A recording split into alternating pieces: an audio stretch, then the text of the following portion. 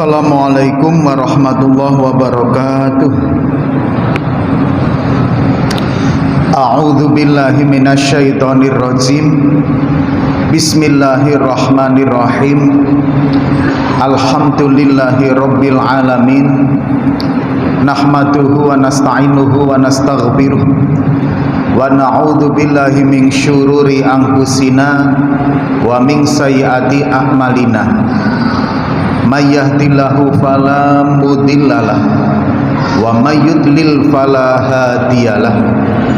Asyhadu an la ilaha illallah wahdahu la syarikalah wa asyhadu anna sayyidana Muhammadan abduhu wa rasuluh. Allahumma sholli wa sallim ala sayyidina Muhammad wa ala alihi wa ashabihi wa man tabi'ahu bi ihsanihi ila yaumil qiyamah, amma ba'd. Yang kami muliakan para alim ulama, wabil khusus para guru-guru kita semua, para ustadz, para ustazah, para kiai, kemudian yang kami hormati ketua pengurus masjid beserta dengan kepengurusannya, dan yang kami banggakan hadirin Bapak Ibu semua yang alhamdulillah istiqomah hadir dalam majelis taklim Masjid Al-Uswah. Saya melihat insya Allah Bapak Ibu semua, abang-abang semua, kakak semua yang alhamdulillah selalu sibuk terhadap masjid, sehingga orang melihat bahwa Anda semua ini menjadi ahlul masjid. Insya Allah semuanya akan menjadi ahlul jannah, ahli surga semua, amin ya rabbal alamin. Saya berhusnudzon ketika menengok Bapak Ibu semua, semuanya hadirin dari tempat kami ini. Saya melihat wajah-wajah penduduk surga semua, mukanya bercahaya, mencerminkan ketaatan kepada Allah, mencerminkan ketenangan batiniahnya. Semoga husnudzon saya ini dikabulkan oleh Allah Subhanahu wa taala, amin ya rabbal alamin. Kenapa hadirin saya sampaikan ini? Orang yang sibuk di masjid itu insya Allah menjadi ahlul jannah. Nanti akan saya terangkan. Hadirin, sebelumnya marilah kita bersyukur kepada Allah atas segala nikmat, rahmat, hidayah yang Allah Subhanahu wa taala berikan kepada kita. Atas nikmat-nikmat tersebut mari kita memuji kepada Allah dengan mengucapkan alhamdulillahirabbil alamin. Salam dan salawat mari kita haturkan kepada junjungan kita Nabi Agung Muhammad sallallahu alaihi wasallam. Allahumma sholli ala sayyidina Muhammad wa ala ali sayyidina Muhammad. Hadirin yang dirahmati oleh Allah,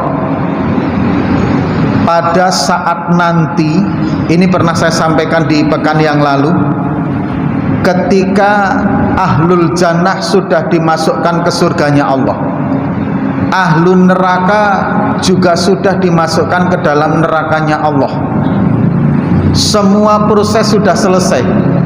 Alam dunia sudah selesai, alam kubur selesai, padang mahsyar juga sudah habis, kemudian alam mizan juga sudah selesai, Shiratal Mustaqim juga sudah selesai. Tidak ada lagi proses manusia di alam-alam itu. Yang ahlul jannah sudah ke surga, yang ahlun nar sudah masuk neraka.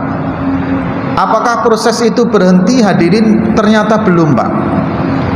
Allah Subhanahu wa taala dalam lafal basmalah sering kita sebutkan mempunyai sifat Ar-Rahman.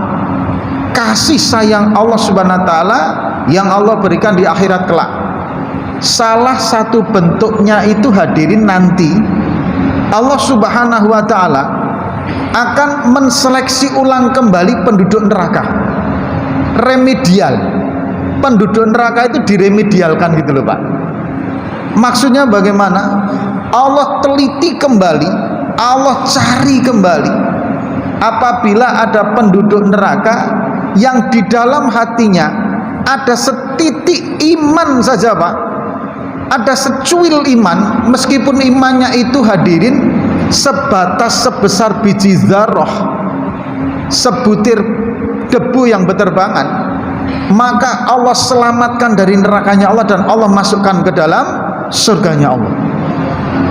Ini apabila ditemukan setitik iman saja, tetap ada harapan surganya Allah.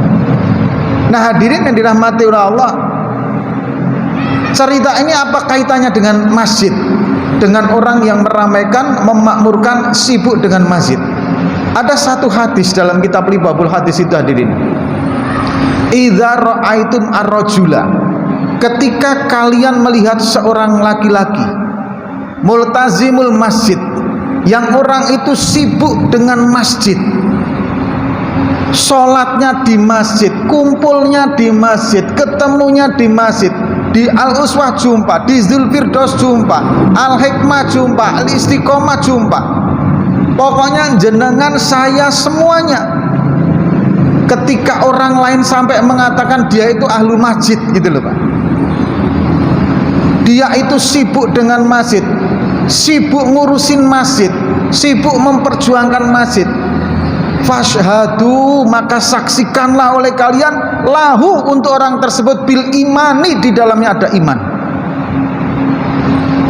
Hadirin, ini satu hadis yang mengisyaratkan kalau kita memahaminya bahwa tatkala seseorang itu dicap, kemudian sudah terlihat satu identitas dirinya bahwa orang itu identik dengan masjid, insya Allah di dalamnya ada imannya Pak. Dan apabila ada imannya, ada harapan besar untuk dimasukkan surganya Allah Subhanahu wa ta'ala. Makanya saya sampaikan di awal tadi, insya Allah Bapak Ibu semua hadirin semua yang ada di sini ahli jannah semua, amin ya robbal alamin. Meskipun nanti ketika jenengan semua masuk surga, berubahlah penampilan kita semua Pak. Bapak Ibu melihat saya tidak seperti ini, saya nggak pakai kacamata lagi Pak, insya Allah. Mata saya sudah sehat nanti di sana. Bapak Ibu kulit nggak sawo matang kayak kita semua ini sekarang Pak, enggak. Sawo mentah Pak Ustadz, enggak, putih bersih dan menikmati nikmatnya surga dengan umur yang separuh baya, sedang kuat-kuatnya, ngejos-ngejosnya Pak. Itulah nanti penduduk surga, orang yang sibuk dengan masjid. Nah hadirin, masjid itu hadirin ternyata Pak, ternyata pernah saya sampaikan pidatonya Profesor Dr. Din Samsudin Pak, waktu itu masih menjabat sebagai ketua MUI. Kata beliau, dulu ada satu noman, ada satu novel, ada satu karya sastra, itu judulnya Robohnya Surau Kami. Nah hadirin, ini karya A.A. Nafis.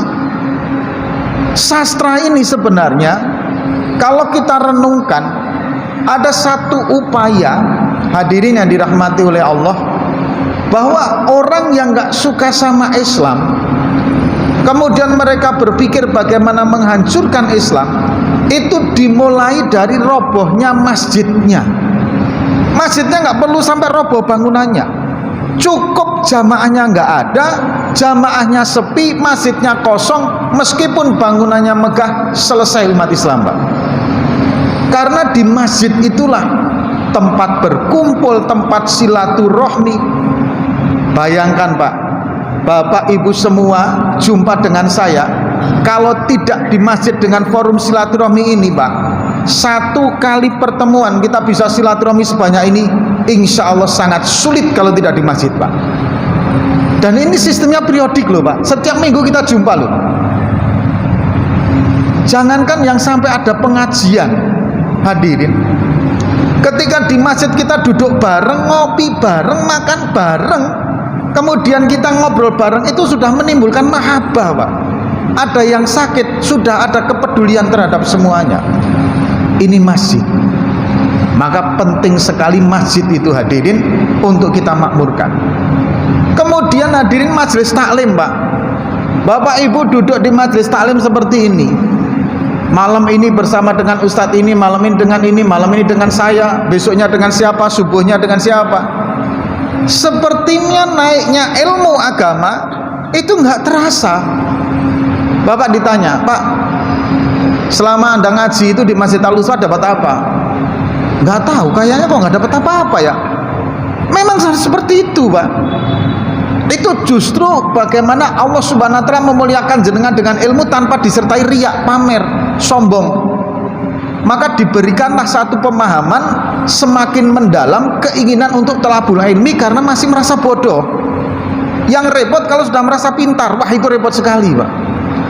Padahal begitu jenengan datang ke sini, ada yang bertanya tentang kaitannya antara hubungan ma'rifat, hakikat, syariah. Ternyata Bapak sudah memahaminya. Bagaimana sholat duha, bagaimana nilai kandungan sholat duha, Bapak sudah paham. Bagaimana fikih sudah mengerti. Tanpa terasa Bapak Ibu tambah ilmunya ketika duduk di majelis ilmu di masjid. Ini pentingnya masjid. Yang selanjutnya hadirin, malaikat itu mampu menghitung jumlah butir pasir di laut jika disuruh Allah.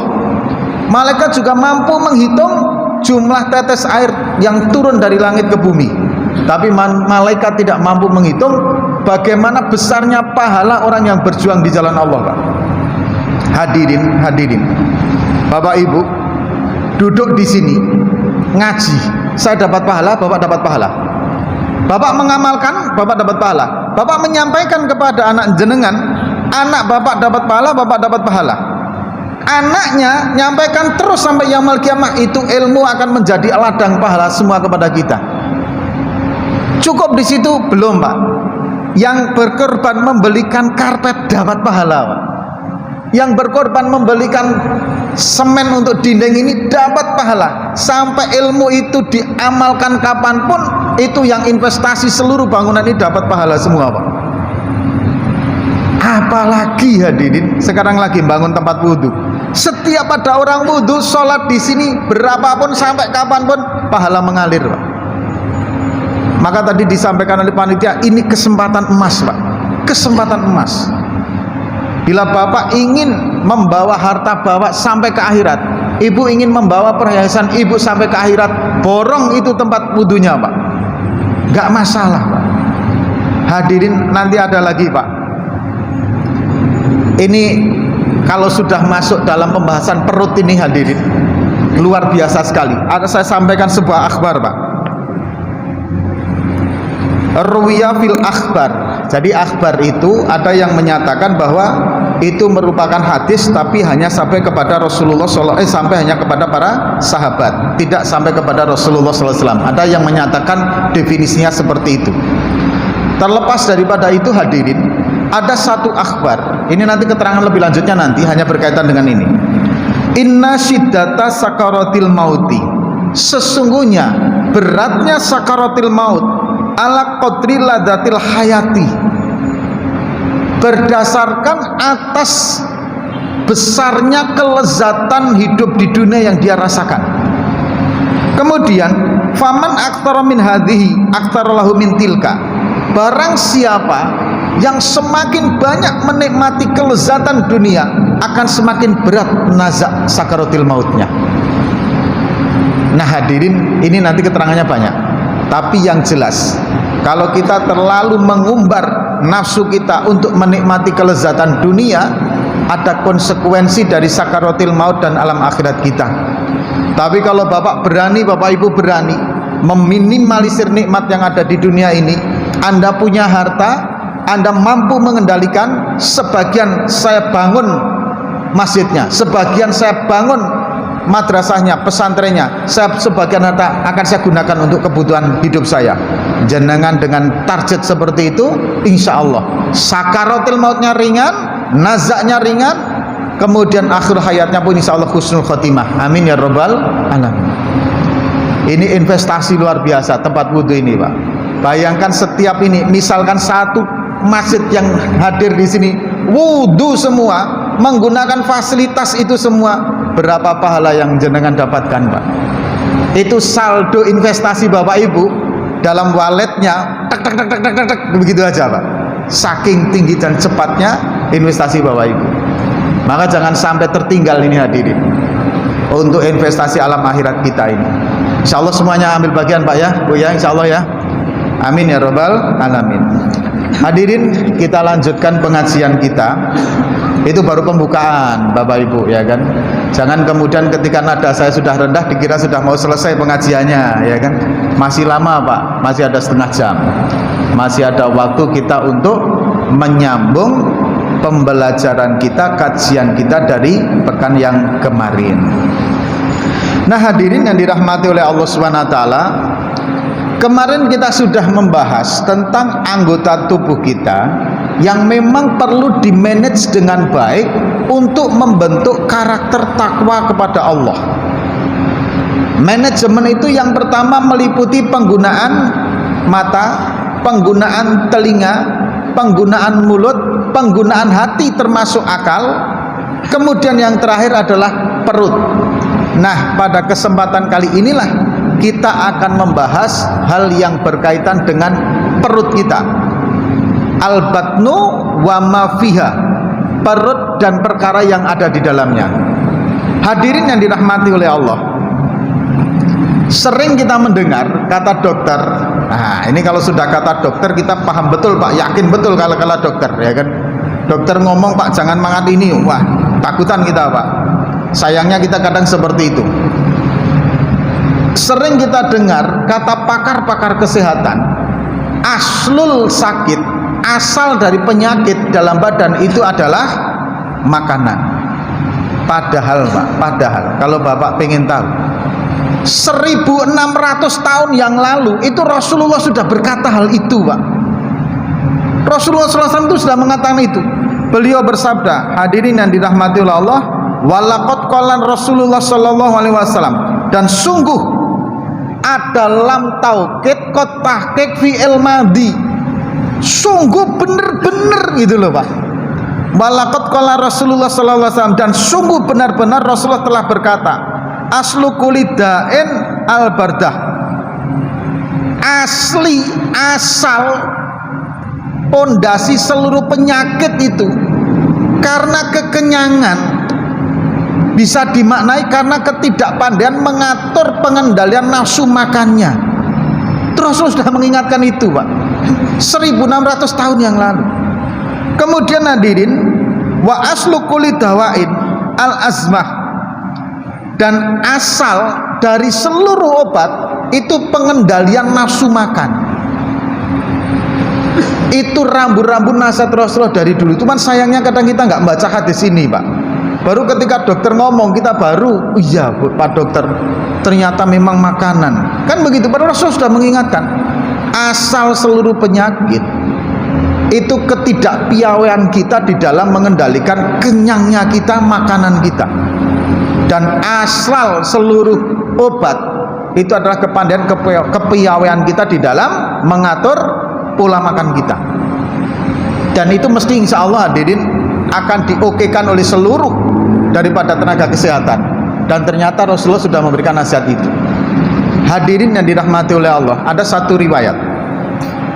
Ini pentingnya pengendalian makanan itu Pak. Suatu saat iblis laknatullah alaih itu berjumpa dengan Nabi Yahya. Iblis membawa tali. Lantas Nabi Yahya berkata, ya iblis, apa yang kamu bawa? Wahai Nabi Allah, yang aku bawa ini jerat-jeratan syahwatnya untuk anak Adam.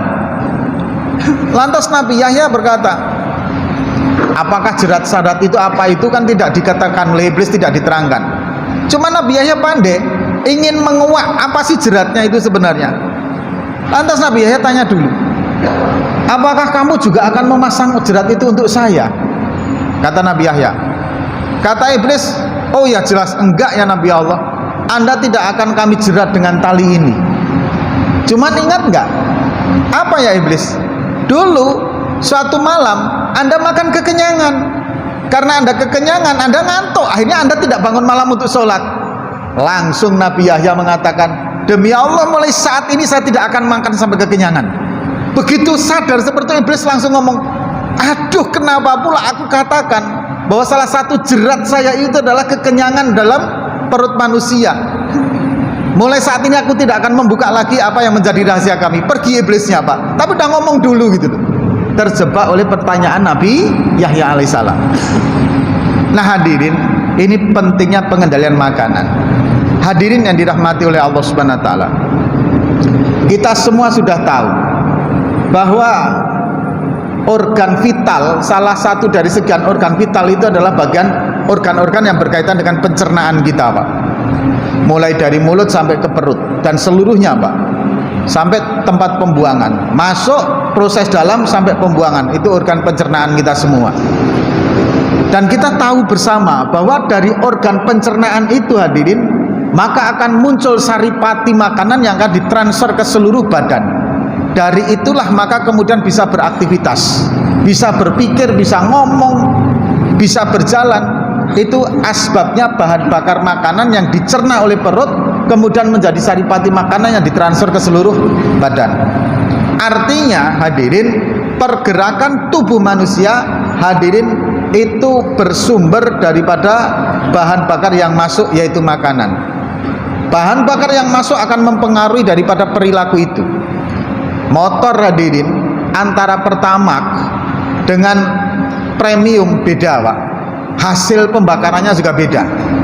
Ada lagi dengan minyak bahan bakar yang lebih bagus lagi, beda lagi dalam perilaku mesin motor kita Pak. Itu mesin, apalagi kita. Maka hadirin dan dirahmati Allah, dalam Al-Quran itu Pak berkali-kali diingatkan, kulu wasrobu wala tusrifu, kemudian makanlah perkara yang baik dan lain sebagainya. Itu berkali-kali di dalam Al-Quran masalah perintah untuk mengkonsumsi perkara baik. Nah hadirin, makanan itu kita bahas dari awal sekarang. Makanan yang kita konsumsi itu jenisnya apa saja Pak? Yang pertama hadirin, makanan haram. Ini jelas Pak. Haram itu sebab yang pertama karena zatnya memang haram.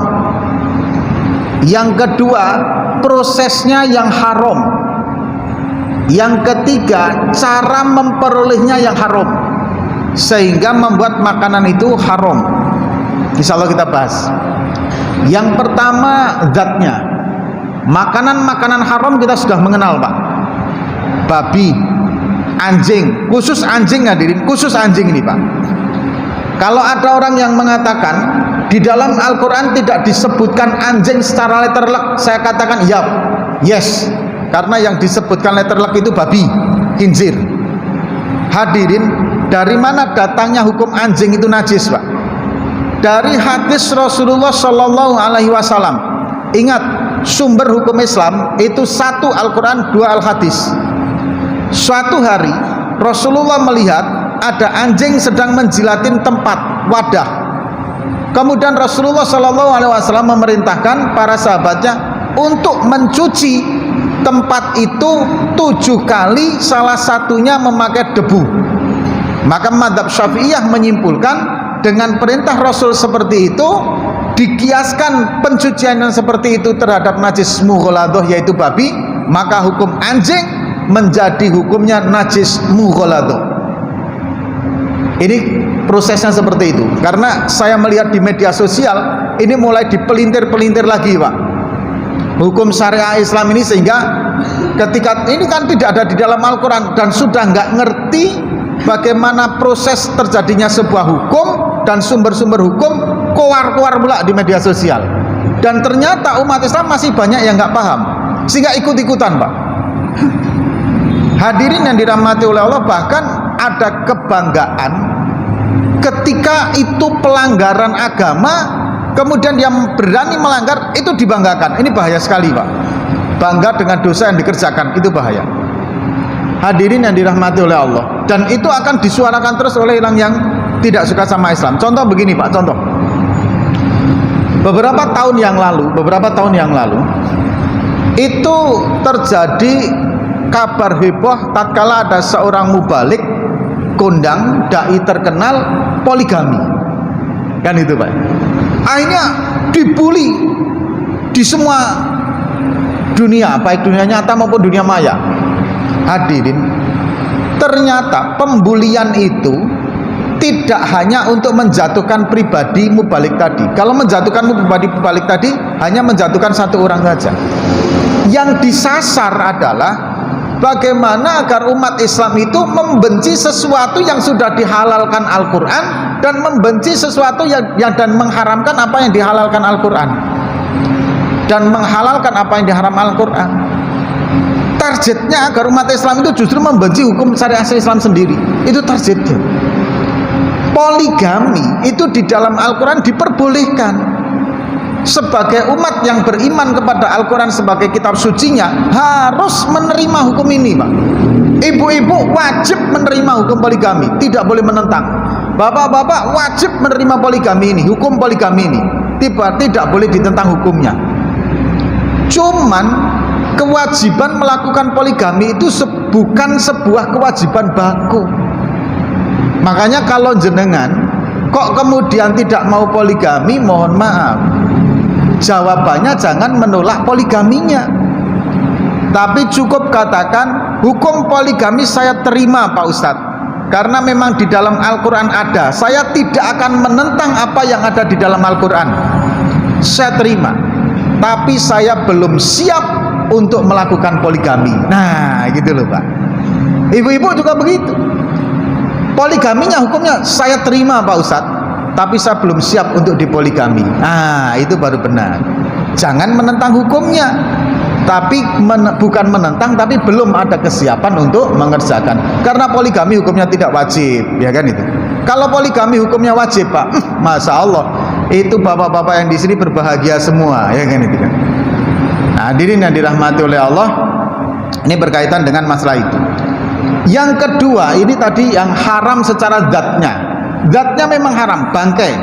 Maka saya sampaikan salah satu bangkai itu Pak, apabila ada hewan hidup kemudian terpotong dan potongannya itu mati sementara hewannya masih hidup, itu potongannya hukumnya jadi bangkai Pak. Misalkan ada sapi terpotong atau dipotong ekornya, sapinya hidup, ekornya jenengan buat sop, haram Pak. Itu sapi sop, buntut sapinya itu bangkai Pak, buntutnya itu. Nah ini mohon nanti diterapkan pada saat bapak-bapak semuanya menjadi panitia kurban. Kalau bapak-bapak menjadi panitia kurban, kalau mau mengkuliti, pastikan dulu dengan pasti betul-betul hewannya sudah mati. Kalau hewannya belum pasti mati, kok jenengan kulitin, potongannya itu jadi bangkai. Maka jangan buru-buru mengkulitin hewan kurban dan hewan lainnya. Ini haram sebab zatnya. Yang kedua, haram sebab cara memperolehnya. Cara memperoleh itu hadirin, ini hati-hati Pak, hati-hati. Dan berkali-kali saya sampaikan dalam kitab Wasiatul Mustafa itu, ketika Allah murka kepada seorang hamba, maka hamba itu Allah berikan rezeki dari jalan yang haram. Sekali lagi, ketika Allah murka dengan seorang hamba, maka hamba itu diberi rezeki dari jalan yang haram. Kenapa? Karena konsekuensinya dari rezeki haram itu, dia akan kena murka Allah Subhanahu wa taala. Maka ketika kita mendapatkan rezeki yang haram, kok tidak ketahuan siapapun kecuali Allah, jangan bangga Pak. Jangan merasa aman. Banyak-banyak nangis, istighfarlah, karena sesungguhnya di situ sedang Allah turunkan murka kepada kita Pak. Korupsi nggak ketahuan, alhamdulillah. Beli nomor tembus 4 angka, alhamdulillah Pak Ustadz, tembus 4 angka. Ngomong di depan ustadznya pula. Ustadznya gelap mata pula, ya kan itu kan. Dapat berapa? Dapat sekian Pak Ustadz, zakatnya jangan lupa. Nggak ada zakat dari perkara haram itu, nggak ada Pak. Nanyain zakat pula, ya kan itu kan. Penghasilan dari jalan haram itu nggak kena zakat. Karena zakat itu dipungut dari penghasilan yang halal. Ngade aja itu ustadznya, kan itu Pak ya.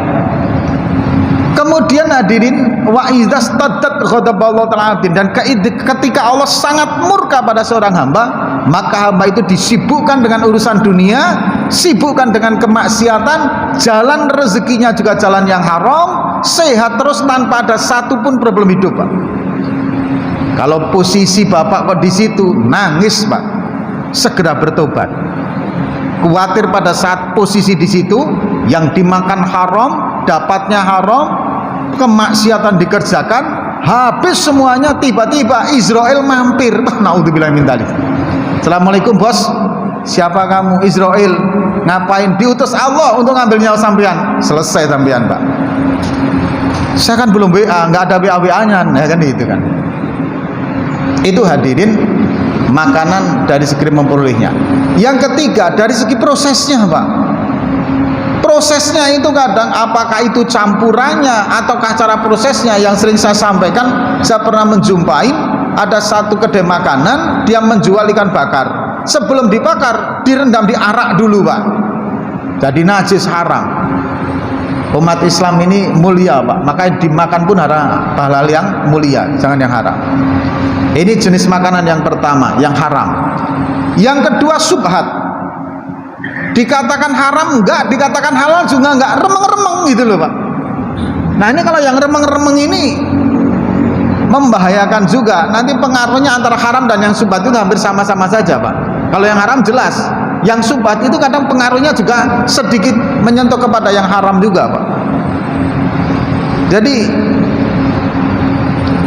ini yang repot. Ini saya pernah ditanya, Pak Ustadz, ya, saya ini kerja dalam sebuah instansi, apakah swasta ataukah negeri, ini tidak saya sebutkan, Pak, karena ini curhatan seseorang. Jadi instansi itu ada anggaran untuk ATK, ya, terus nah ATK ini kalau dihitung 1 tahun jelas berlebih, Pak, jelas berlebih. Sementara kalau dikembalikan menjadi catatan yang buruk buat kami dan tidak bisa dikembalikan. Halal atau haram? Ini remeng-remeng, ya kan itu kan. Dikatakan halal juga enggak 100%, dikatakan haram juga enggak 100%, kan gitu, Pak. Jadi kalau dikembalikan bisa enggak bisa. Terus akhirnya kami buat kwitansi. Kemudian datang ke toko stempel, minta stempel seperti itu. Akhirnya kita capin semua. Nah, kalau sudah itu bawa alam kalau itu, ya kan itu kan. Akhirnya yang repot ini, kata pimpinan kami, cara menghabiskan rezeki yang remeng-remeng kayak gini ini jangan dibawa balik gitu. Terus gimana? Dibuat makan bareng satu tempat kerja kami, Pak. Ya sama saja, ini jadi makanan juga, ya kan itu, Pak. Dikonsumsi juga. Nah ini wawalam, ini remeng-remeng, subhat.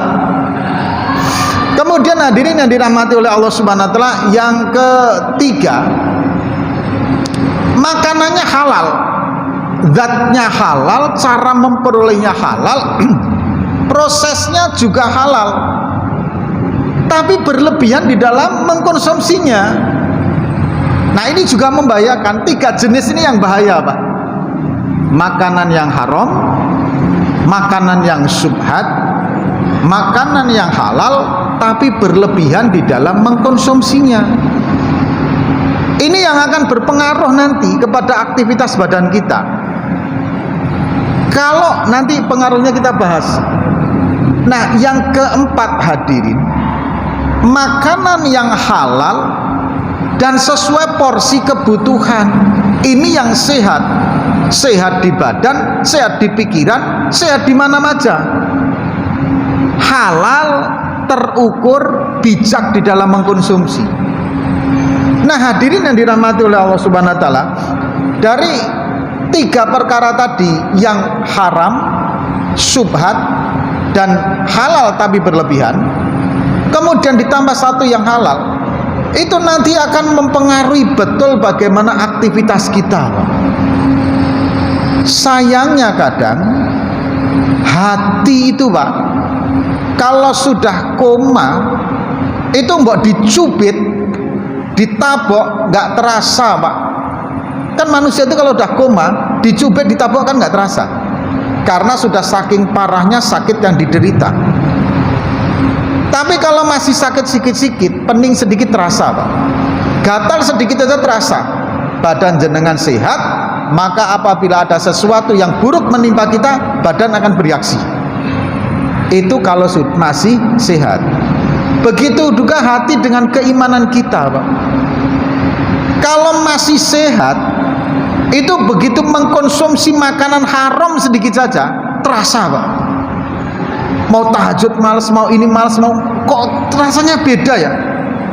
Atau ketika jenengan mengalami masa malas ibadah, Anda langsung akan mencari, jangan-jangan yang saya makan haram. Koreksi, Pak.